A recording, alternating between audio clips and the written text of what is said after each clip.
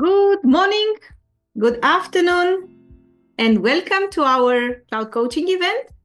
Today we talk about Red Hat OpenShift on Oracle Cloud with Richard Garsthagen and Devendra Gawale, who are part of the Cloud VMware Specialists team.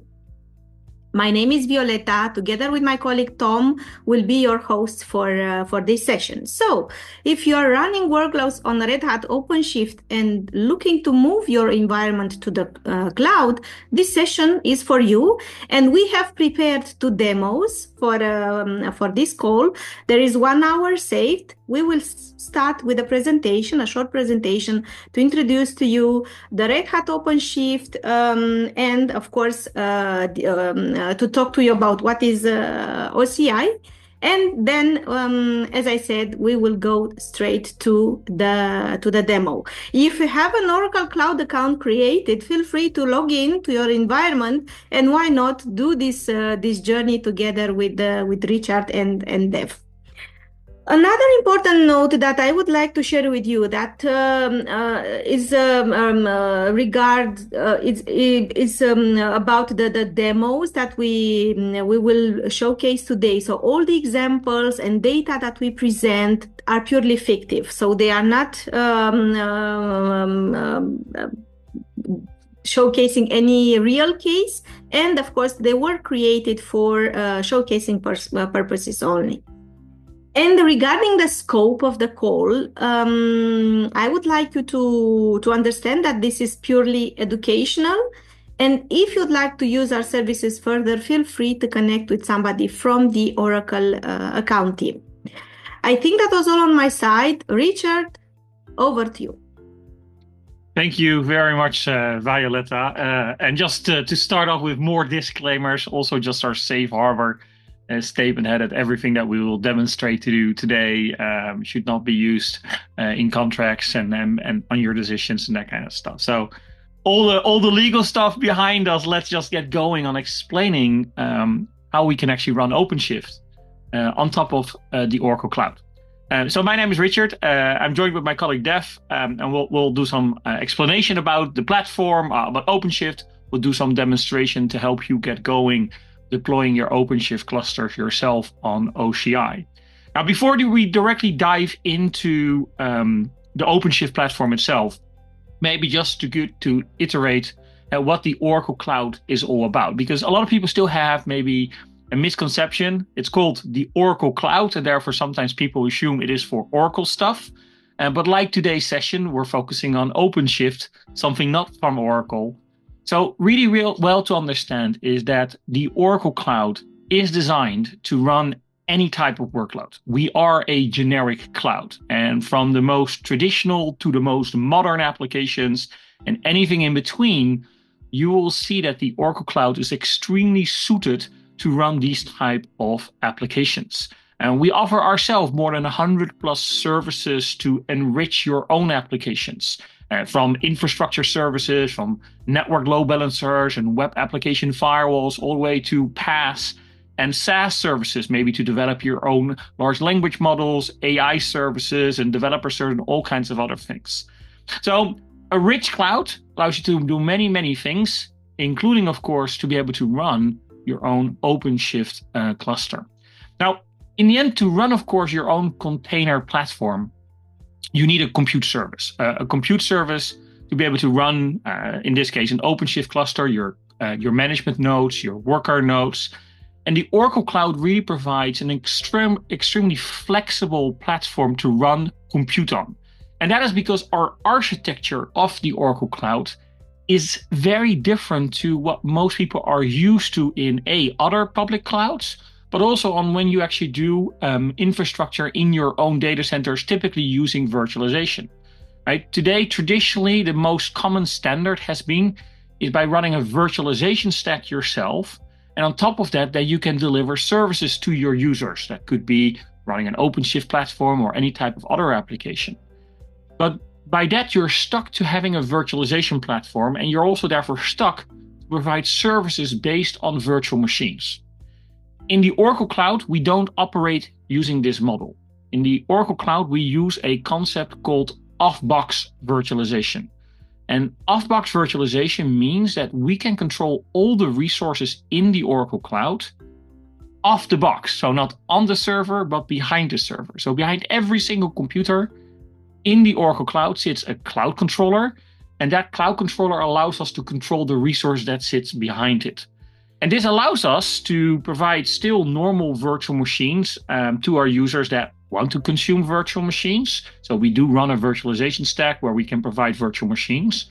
And even already on that platform, we have significant benefits by using this off-box virtualization, because all the network virtualization is being offloaded using SmartNICs to this cloud controller, and therefore not using resources, not using CPU resources on the machines itself where you actually run your own workloads. We also believe it's a much stronger form of isolation. But besides being able to offer up virtual machines, we can also provide bare metal servers, physical servers. And on these physical servers, you can do, well, whatever you want. You can run your own operating system. We'll talk about that today, that you can run your own container platform. You can run your own virtualization stack. So we support VMware, we support Hyper-V, we support KVM. And key is that Oracle does not need to have any form of access to these bare metal servers. So in this case, if you choose to run an OpenShift platform, you can choose between virtual machines and bare metal servers to run your control plane, to run your worker nodes on. And especially when you go down the route with the bare metal servers, Oracle has no access to the entire stack. It's a physical server. That's the only thing that we see. But what you're doing on those servers is fully under your own control. So that's really a very different architecture that you're familiar with. And that's something really unique about the Oracle Cloud that we can actually offer. So you have that choice between virtual machines and bare metal servers, and you can, of course, fully combine those two. Now, if you go down the route of virtual machines, even there, we do things very differently than you probably are used to with other public clouds. Normally, when you go to another cloud and you want to have a compute resource, for instance, on AWS or on Azure, but also on Google and other public clouds, you have these catalogs of services, of virtual machines.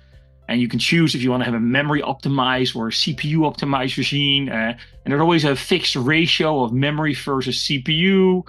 And that might not suit your needs. And it also makes it very complex to select, and also maybe later on to optimize your workloads to right size for your needs.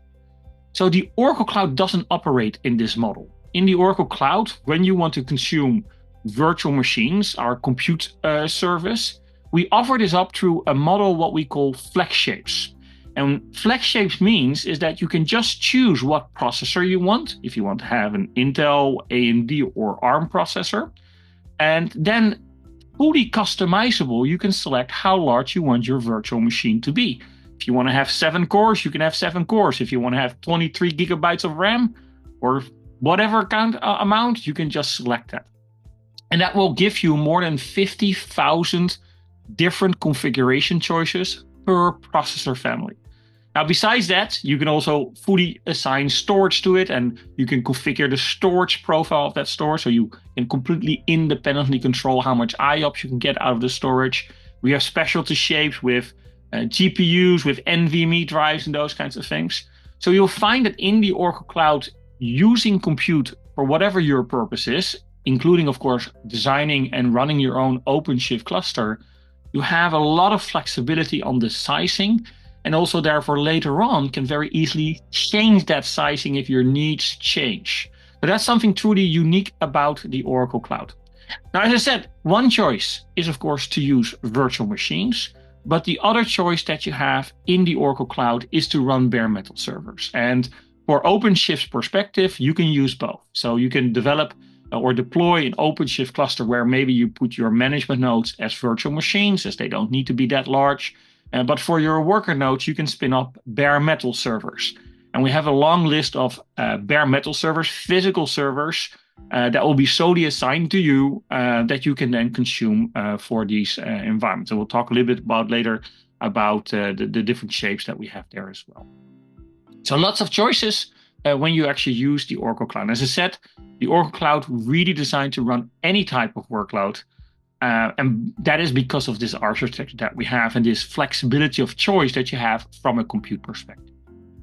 Now, if you want to get started, not just, of course, with compute, today's session about OpenShift, but that you want to get started with containers in the Oracle Cloud, we provide you with various choices on how you can actually run a container in our cloud.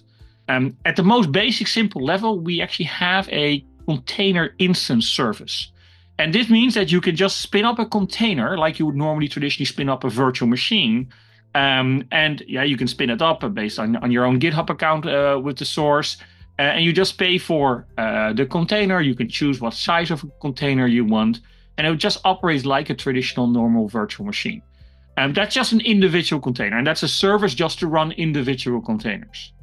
Now, if you want to run a managed platform for containers, you have some choices there as well. Natively in our cloud, we provide a Kubernetes service, a fully managed Kubernetes service by Oracle, where we manage and build the management cluster. It's highly available.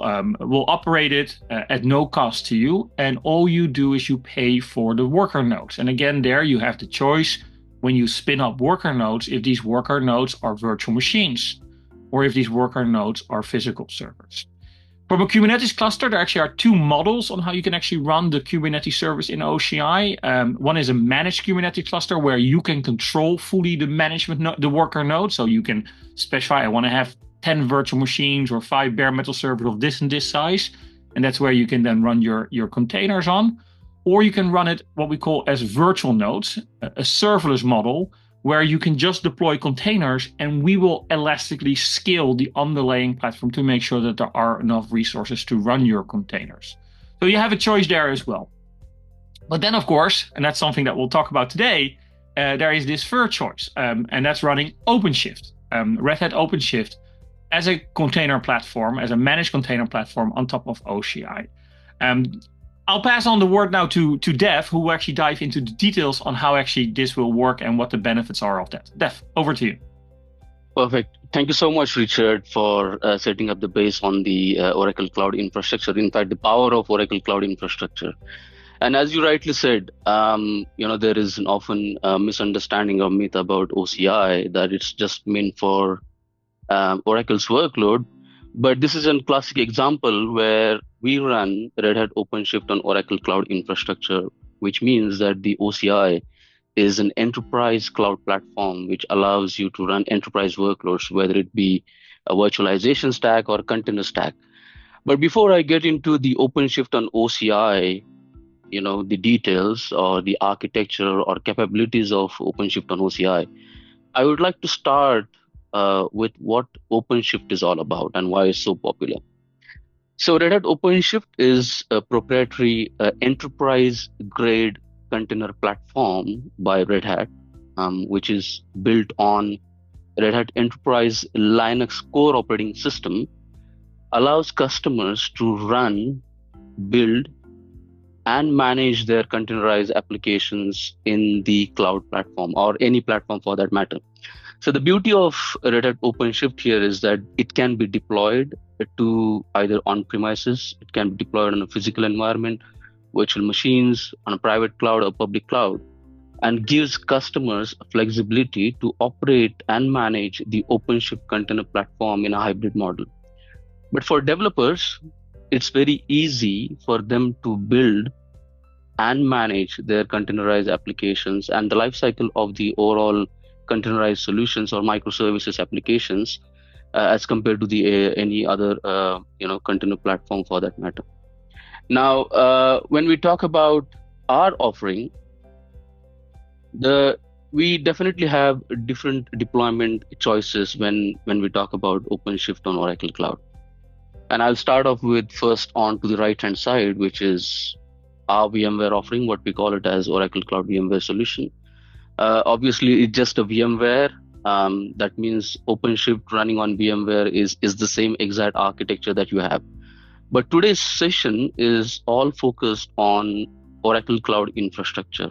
What it means is that the OpenShift running on OCI, virtual machines, and natively, or the bare metal server, as Richard already explained, that we have full capability to run OpenShift on virtual machines and the bare metal.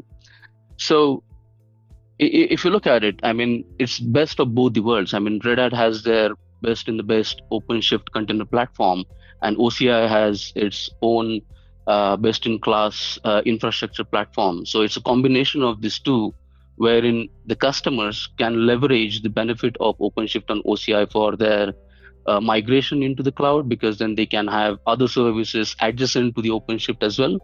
They can also consider OpenShift DR for that matter, in case if they are looking into DR for OpenShift on Oracle Cloud Infrastructure. Now, fundamentally, the architecture remains the same. It's just a standard architecture, but the key difference here is that we offer OpenShift as a self-managed deployment in OCI, wherein all the infrastructure components are available in OCI, and you'll still manage your OpenShift deployment either through Red Hat Console by different deployment options, wherein we support assisted installation, as well as we support agent-based installation to offer customers choices and customization that they need with their OpenShift implementation. When we started off, we certified 4.13 version of OpenShift on OCI, and onwards, all the versions are validated and certified to operate on virtual machines, as well as the bare metal servers for you to get the benefit of the highest performance that OCI has to offer from the infrastructure end. Now, what it also means for the customers is that they can bring their own licenses of Red Hat Enterprise Linux, OpenShift, or they can bring their own subscription and run it on OCI, where we do not offer the licenses for OpenShift subscription there. But from the support standpoint, it's a joint support from Red Hat and Oracle for your OpenShift implementation on OCI, wherein Oracle is responsible for all core infrastructure services where OpenShift sits. And that's where a lot of our efforts are put in to develop the necessary functionality and necessary integrations that we will look into the today's session as part of our demo. And a few things that you also need to consider when we talk about the other specifications of OpenShift. As of today, GPU is not available, but it's a future roadmap item for us to have OpenShift deployed on OCI's GPU servers as well. And if you have to look into the editions, these are the different editions of Red Hat OpenShift certified and available on Oracle Cloud Infrastructure. But why OpenShift on OCI? This is the most important question that most of you may have on this session. Now, there are key benefits, key features when we talk about the OCI infrastructure, why it's the best platform to run OpenShift. First thing first is the customer managed OpenShift implementation, which means that customer gets the choice of the customization that they need to operate the OpenShift like they want in Oracle Cloud Infrastructure. Second thing, as Richard already touched base on, that we are the only one in the hyperscalers industry to offer the flexibility in terms of different compute shapes, ranging from different cores, from the smaller to the largest, and you can always, so it is not tied to the t-shirt shapes that what other hyperscalers have. What it also means that you have the flexibility to choose the options of your infrastructure, whether it's compute, whether it's storage, networking, or any other services for that matter.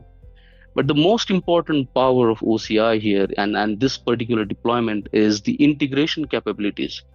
Now, I can talk through the integration capabilities whole day, but what I can tell you from the real customer use case is that they have OpenShift on OCI, and they integrate and leverage the core capabilities of OCI PaaS services, such as, like, for example, autonomous databases, DBCS for that matter, because OCI, Oracle is known for our database capabilities and the powerful database systems that we operate. So any container applications which require powerful database systems can definitely use and leverage this benefit of having the customer managed OpenShift on Oracle Cloud Infrastructure. The other thing is the support for resource stack and Terraform automation for you to automatically provision the resources. Performance, we are known for best-in-class performance in the industry for our infrastructure. And all of these translates into the efficient cost management for your implementation on OCI, because we are not only best in performance, but we are best in terms of cost per performance as well. And here is just like a highlight on why the OpenShift is why OCI is the best platform to run your OpenShift container workloads. Automation, as I previously mentioned, you get the full support of a Terraform and Resource Manager stack to allow and provision your OpenShift control plane nodes or the worker nodes fully automated in OCI using the resource management stack and Terraform capabilities. You can extend those capabilities even to scale your environment for that matter. Integration with the different core services ranging from your OCI infrastructure services or any other services for that matter. And I can talk about the storage interfaces in particular, because then we have developed a CSI operator, a CSI driver, a plugin which can interface with our OCI's block storage service as well as file storage service, allowing containers to consume the capabilities of the OCI's storage services. And elasticity, as Richard already mentioned, you can have the auto scaling capabilities with the instance pool and instance configuration to maintain the requirement of your number of control plane nodes as well as worker nodes. So instance pool and instance pool configurations can help you scale your environment and maintain the availability of your control plane nodes in the environment to ensure that your containers are sustainable and they get a required resiliency of the node. Performance, and there is an interesting fact that I would like to talk about on the block storage, what we call it as virtual performance units. It's a dynamic performance indicator, just a slider that you can move from 0 to 120, and then you get different levels of performances in terms of your IOPS and throughputs necessary for your containers, necessary for your pods in OpenShift. So when we talk about the flexible infrastructure, what are the supported shifts which are available? You can go with, the default installation requires you to have 3 management node and 3 worker nodes.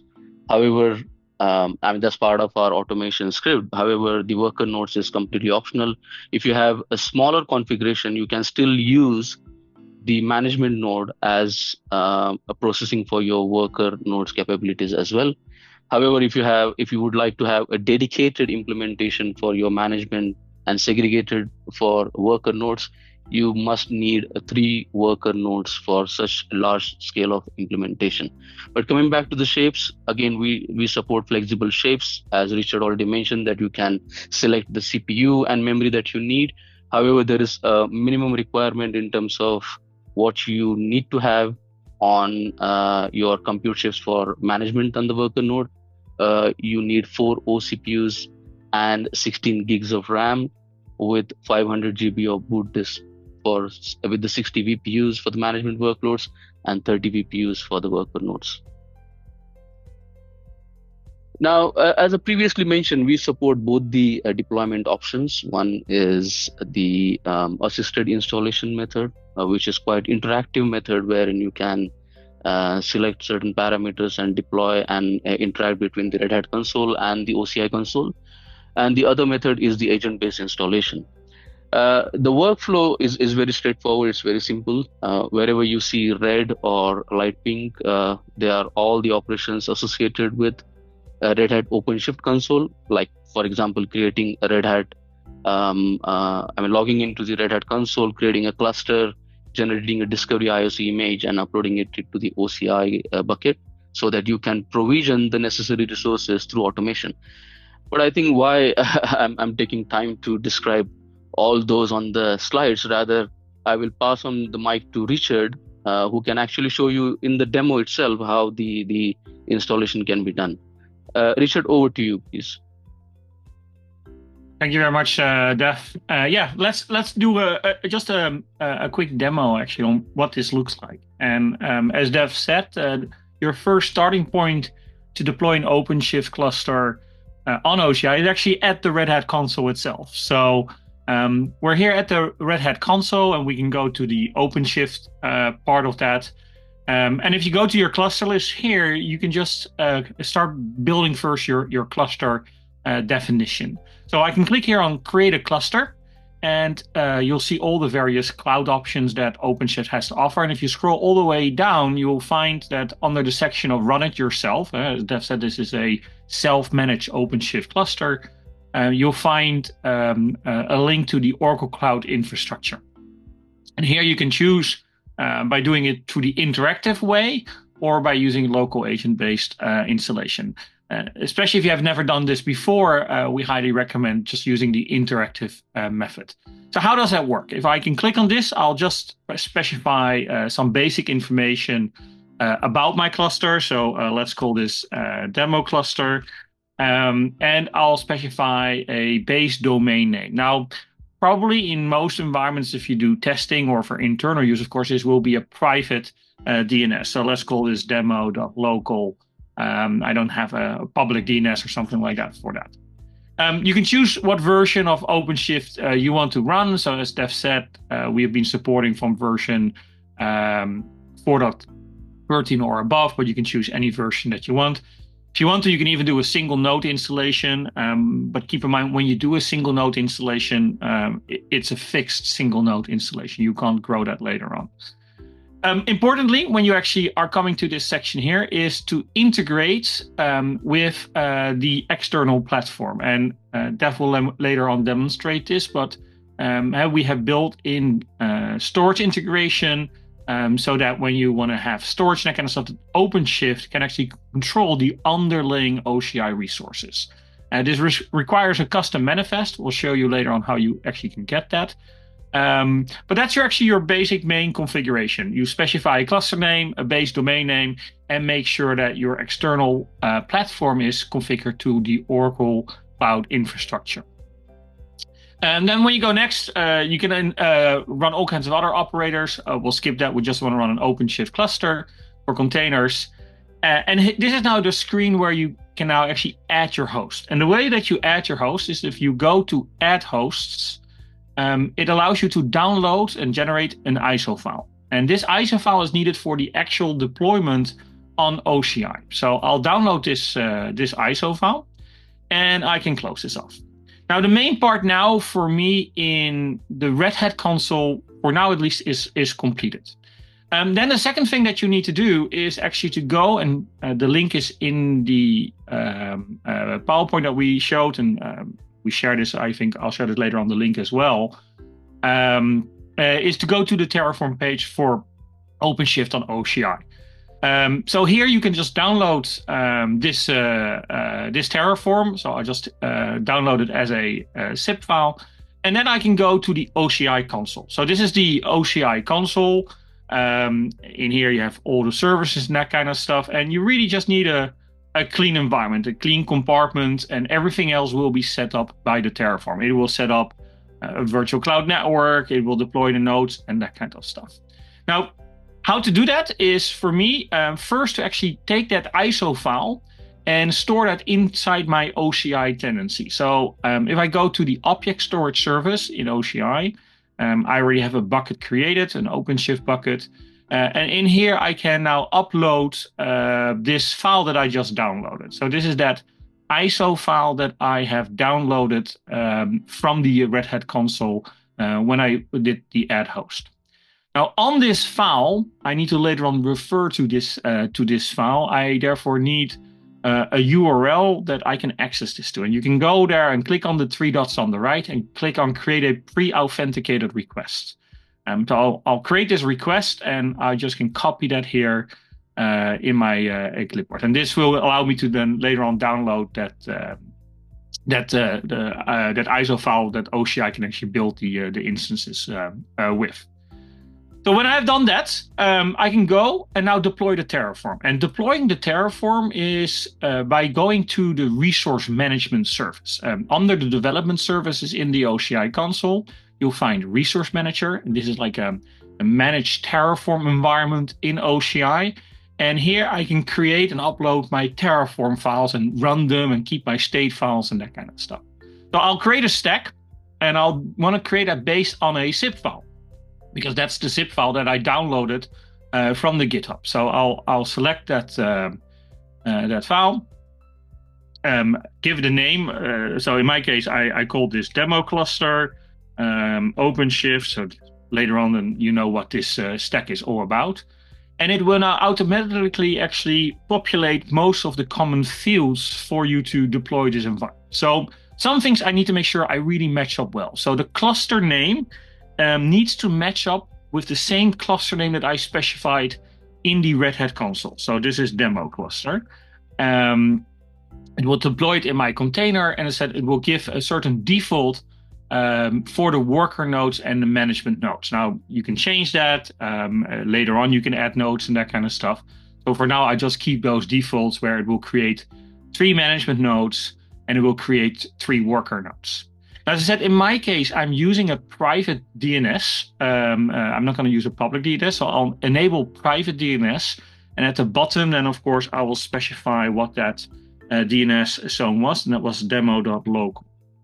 And the only final thing actually that I need to provide in here, as you see, is here the OpenShift image URL. So this is that pre-shared link that I created, that I put into my object storage of that ISO file. And that's pretty much it. When you have this, you can click on next and it will create. And this will now create a Terraform file. And if I hit apply, it will now go and spin up this environment for me. Now, that will take some time. It's not something that will go fast enough for during this demo. So I already have one deployed. And what's really key is that when you have deployed this at the end, the Terraform will provide you with a certain output.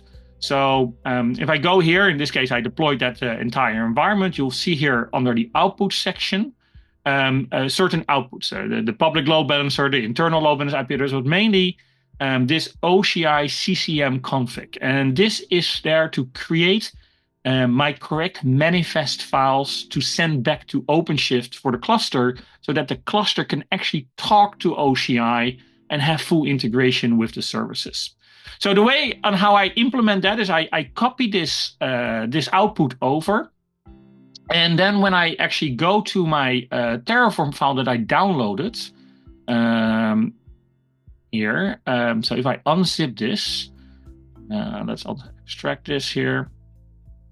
You'll see that in that directory, there is something called custom manifests. And here you see 2 files that you need to configure with that output. So if I take that file here and I open that, you have to scroll down a little bit. You have to find it a little bit in here, but see, here we go. Here's that cloud provider.yaml. You'll find that in both files. And in here, I need to replace this part with that output that I got from my Terraform. So by replacing that in both files, I can then go after the installation is complete in the Red Hat console. And in the Red Hat console, when you have added your host, you can add those custom manifests in there. After that, you just finish the installation on the Red Hat console, and then if all goes well, you'd have a fully running OpenShift cluster in OCI that you can then log into. Now, let me pass on the word back to Dev, who will explain a little bit on how then the integration after the cluster is running work with OCI from a storage perspective. So back to you, Dev. Perfect. Thank you so much, Richard. So now that you have seen that the installation of the OpenShift is pretty straightforward, but what after the installation? So there are typical day 2 operations that we look at. You still need to share your slides, Dev. Oh, you can't see it? We're looking at integration with OCI. So. Sorry. Sorry. Yeah. Okay. No worries. No worries. All right. So the installation is completed. So now we are moving towards the typical day 2 operations that you'll be executing with your OpenShift cluster. And I just picked 2 of these examples, and there could be many other operations that you would be performing for your containerized applications. So one of which is the scaling of your OpenShift cluster, and I have seen a couple of questions on that aspect as well. And the second thing is how does the storage integration works for your OpenShift cluster, specifically how the block storage that OCI has to offer can be leveraged, and how that can be used by the pods or by the containers. This is something that we will look into this specific demo. Now, first I'll touch base on the storage integration. So we have developed a CSI driver, an operator, which integrates with which integrates for the OpenShift installation here, where the CSI operator takes care of the provisioning of the OCI block storage as a persistent volume claims to the containers.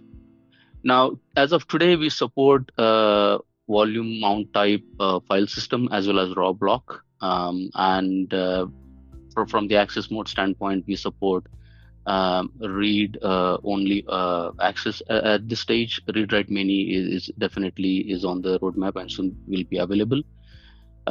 So if you look at the specific example wherein we can attach different volume mode types as well, even use OCI storage for that matter with a different provisioner, which I will show it on the demo as well. On the second demo, we'll talk about scaling operations of OpenShift cluster. And what Richard has mentioned, pretty much the steps remains the same. Once the cluster is available, what you just need to do is you'll just provision a node from the Red Hat console, and which demands you to generate the new ISO, which you will then import that in OCI, attach the necessary tags, update its image capabilities, and just deploy the nodes, which will allow the OpenShift cluster to recognize the additional node and scale the cluster in OCP platform. Once the installation is successful, then you will be able to see that on the screen as well. So let me just get into the demo itself rather than the PPTs here. So let me share my screen, then we can look into it. All right. So I hope you can see my screen. I'm into Red Hat console, and as Richard has already deployed the cluster, let's say. So here is my cluster, which is running with version 4.16.13, and you can also see that the update is available, so I can perform the update. There are 3 control plane nodes and 3 worker nodes deployed as part of the default installation. And this is just a default implementation. When you want to scale the environment, you're just going to go into the add host button here and just simply click on add host. Select CPU architecture, which will remain the same, and use the SSH public key to download the ISO. Generate the discovery ISO, which will be different from what you have used previously. So I have already downloaded the ISO. Let's get into the OCI console. We need to upload that ISO into the object storage so that you can create a URL, or it's helpful for us to create a custom image out of which. So let me go to the storage, the storage bucket. And in the bucket, I've already uploaded the ISO called add host. So this was the original ISO by which, with the help of this original ISO, we created the default cluster. But now we need a separate ISO to scale the environment. This is how the OpenShift operates. So I have uploaded the ISO here. And once I get into the custom image, it's pretty straightforward that I can simply import the ISO that I have uploaded into the object storage. So I click on import image button. I can browse the bucket and select the ISO that I have uploaded. Once the import image operation is completed, this is how it should look like. You can edit the capabilities of the image, things like available options for your firmware, launch modes. There are many different settings which helps you make it a compatible deployment on OCI. So, you can always refer to the default image capabilities of the existing image, where you can refer to the settings and apply the same settings to the image that you have uploaded for scaling of your operations. Now, once the image is available, you can pretty much create instances that you need. Now, the default implementation says that you need to have a 3 control plane node, not less than that, not more than that. So if you want to scale, ideally you should scale the worker nodes into the environment. So you can create instances out of this. Select if it's a multi-AD region where you have 3 different data centers or 3 different availability domains. You can choose the placement of the placement of the instances based on the availability requirement and the redundancy factor. Or else, if it's a single AD, you can choose to deploy it in a single AD environment as well. Choose and use the same networking configuration that you have for your existing deployment that you have for control nodes and the worker nodes. So what I can see now is that we have 3 the default implementation of 3 compute nodes, which is basically a workers, and 3 control plane nodes. And I have added additional compute node here, which is the worker node, as part of the cluster. What you need to do is you can go ahead and create an instance pool and instance configuration. What it will in turn will do is that it will attach that instance into the existing load balancer configuration. So if I go into the load balancers, this is the default implementation of load balancers, where you have the internal load balancer and API apps load balancer. Both of them are connected to the private because we selected the private DNS option. But in case if you have a public DNS, then this configuration may look different. Now, in this load balancers, once you add the instance into the instance pool or instance configuration, which allows you to have auto scaling capabilities in there, and that will automatically also gets attached to the load balancer. Now, this is the simple step. Once the instances are prepared and attached, you will be able to see the ready status on the Red Hat console, wherein you can just select, make the choices of the role and install the ready host that you see on the status, and the installation will be successful. And this is how you will scale the environment. Now, this is on the scaling part, and then there were questions around the auto scaling capabilities. So instance pool and the instance configurations that I have shown you previously provides you the capability to scale your environment. So for example, in the instance pool configuration, we have configuration settings to maintain the number of compute nodes, let's say, or control plane nodes, wherein if for any reason there is an issue with any of the compute or the control node, you can just simply delete it, and to maintain the configuration, it will automatically provision the additional node into the cluster. And this is how the resiliency is maintained in the OCI console for OpenShift environment. Now, this was the scaling operations, pretty straightforward, how you typically do for all OpenShift implementation. The agent-based installation, agent-based scaling operation may look a little bit different from the OpenShift standpoint, but the OCI console operations remains the same.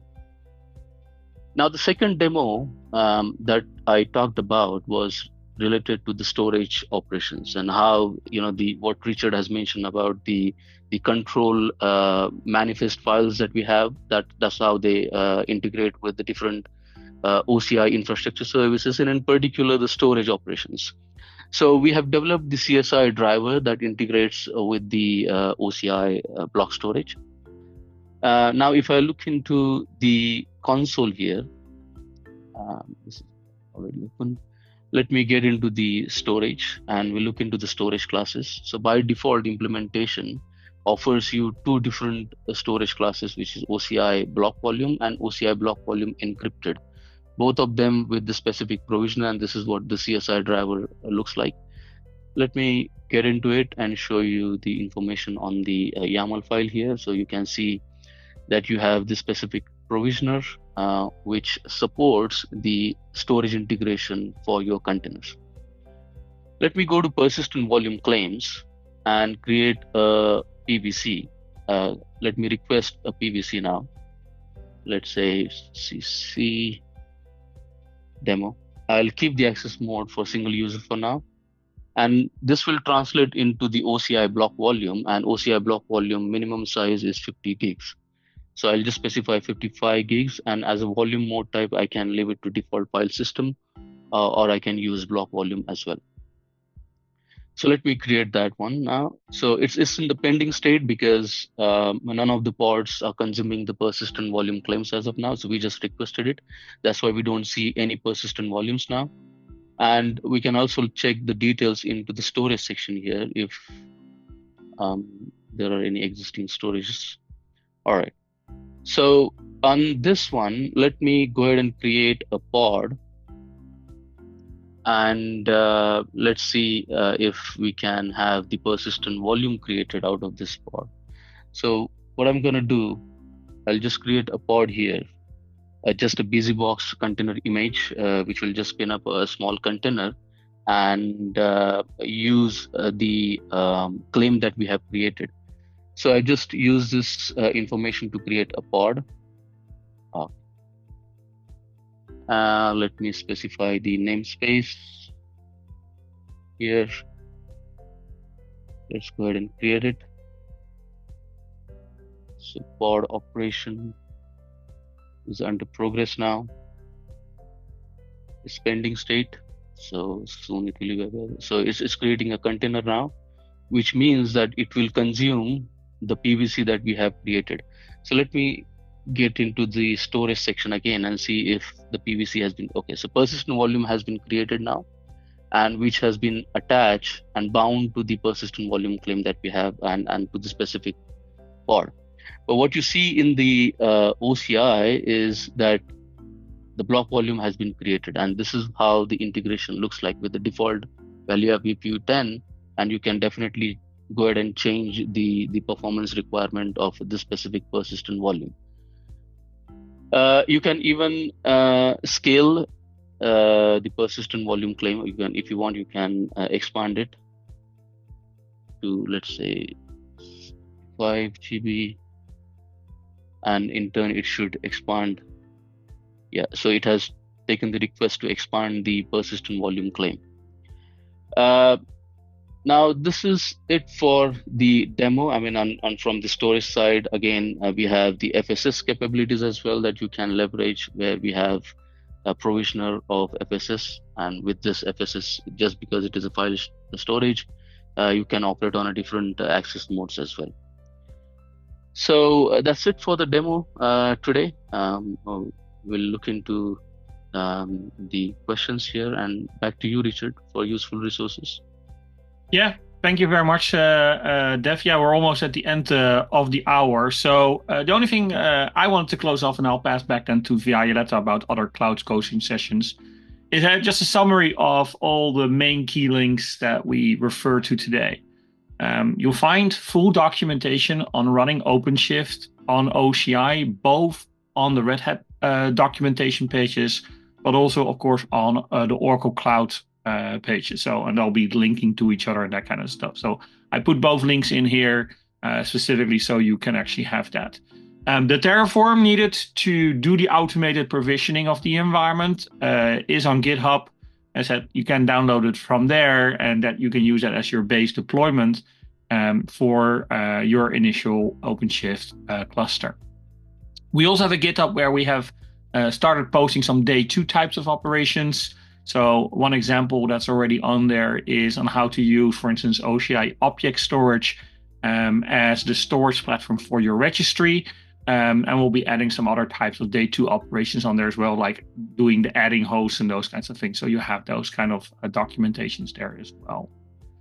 So that's it for me now, Violetta. I'll pass it back to you. I think with that, we reached to the end of the call. Let me quickly check if there is something that we haven't touched on the questions. Oh, you're okay. Okay, good. With that, I would like to say a big thank you to Richard and Dev for joining us today and for doing the great demos and the presentation. We would like to thank you all for being here with us every time. We hope to see you again in the cloud coaching events. And if you have any questions or if you need any help from our side, Don't forget you have the Slack community.